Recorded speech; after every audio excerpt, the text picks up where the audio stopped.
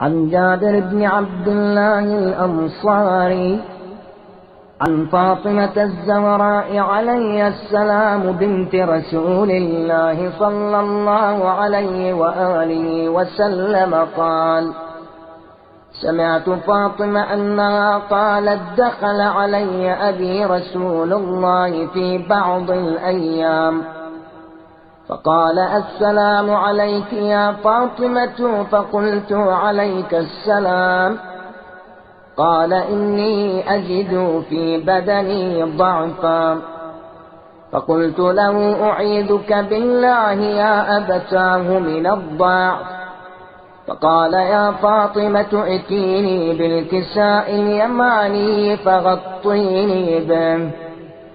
فأتيته بالكساء اليماني فغطيته به، وصرت أنظر إليه وإذا وجهه يتلألأ كأنه البدر في ليلة تمامه وكماله. فما كانت إلا ساعة وإذا بولد الحسن قد أقبل وقال: السلام عليك يا أماه. فقلت: وعليك السلام يا قرة عيني وثمرة فؤادي. فقال: يا أماه، إني أشم عندك رائحة طيبة كأنها رائحة جدي رسول الله صلى الله عليه وآله وسلم. فقلت: نعم، إن جدك تحت الكساء. فأقبل الحسن نحو الكساء وقال: السلام عليك يا جداه يا رسول الله، أتأذن لي أن أدخل معك تحت الكساء؟ فقال: وعليك السلام يا ولدي ويا صاحب حوضي، قد أذنت لك. فدخل معه تحت الكساء.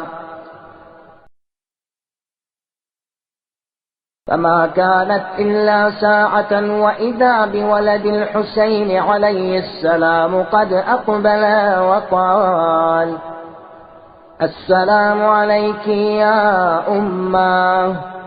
فقلت: وعليك السلام يا ولدي ويا قرة عيني وثمرة فؤادي. فقال لي: يا أماه، إني أشم عندك رائحة طيبة كأنها رائحة جدي رسول الله. فقلت: نعم، إن جدك وأخاك تحت الكساء.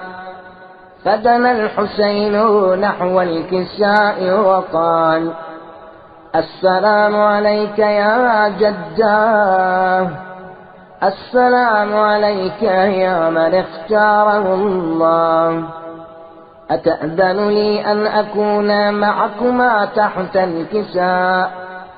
فقال: وعليك السلام يا ولدي وشافع أمتي، قد أذنت لك. فدخل معهما تحت الكساء. فأقبل عند ذلك أبو الحسن علي بن أبي طالب وقال: السلام عليك يا بنت رسول الله. فقلت: وعليك السلام يا أبا الحسن ويا أمير المؤمنين. فقال: يا فاطمة، إني أشم عندك رائحة طيبة كأنها رائحة أخي وابن عمي رسول الله. فقلت: نعم، هو مع ولديك تحت الكساء. فأقبل علي نحو الكساء وقال: السلام عليك يا رسول الله، أتأذن لي أن أكون معكم تحت الكساء؟ قال له: وعليك السلام يا أخي ويا وصي وخليفتي وصاحب لوائي. قد أذنت لك. فدخل علي تحت الكساء. ثم أتيت نحو الكساء وقلت: السلام عليك يا أبتاه. يا رسول الله، أتأذن لي أن أكون معكم تحت الكساء؟ قال: وعليك السلام يا بنتي ويا بضعتي، قد أذنت لك. فدخلت تحت الكساء.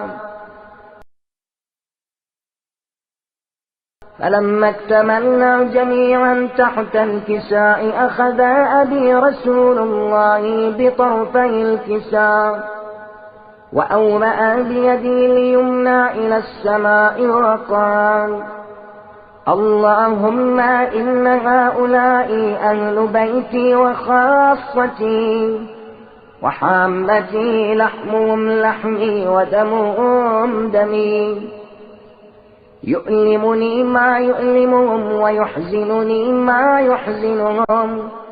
أنا حرب لمن حاربهم وسلم لمن سالمهم، هو عدو لمن عاداهم ومحب لمن أحبهم.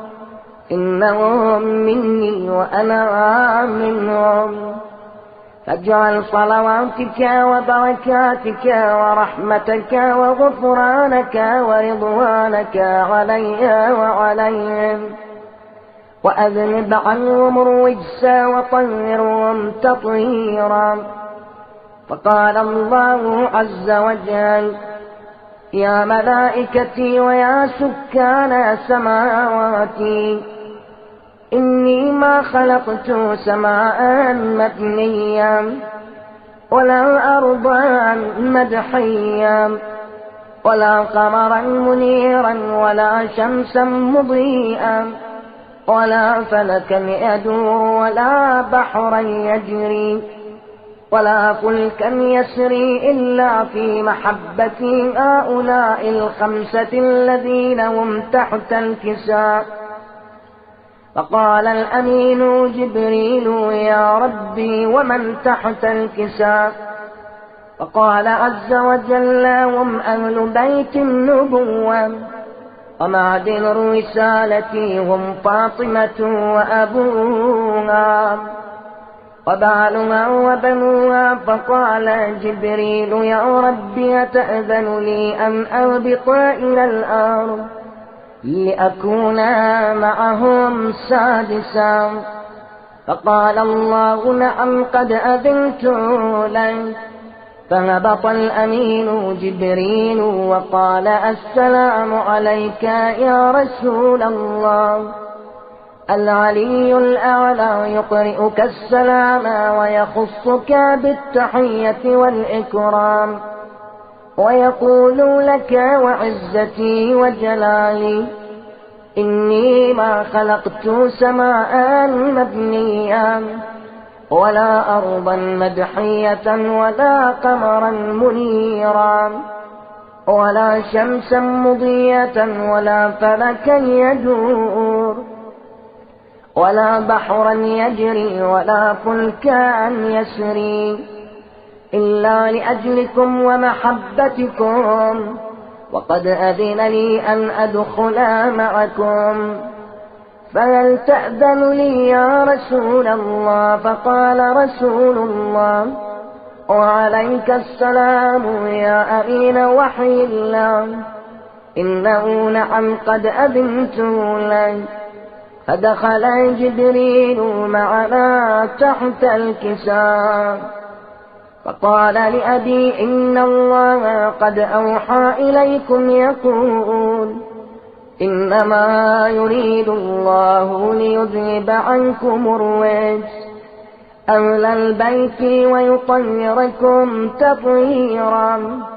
فقال علي لأبي: يا رسول الله، أخبرني ما لجلوسنا هذا تحت الكساء من الفضل عند الله. فقال النبي صلى الله عليه وآله: والذي بعثني بالحق نبيا واصطفاني بالرسالة نجيا.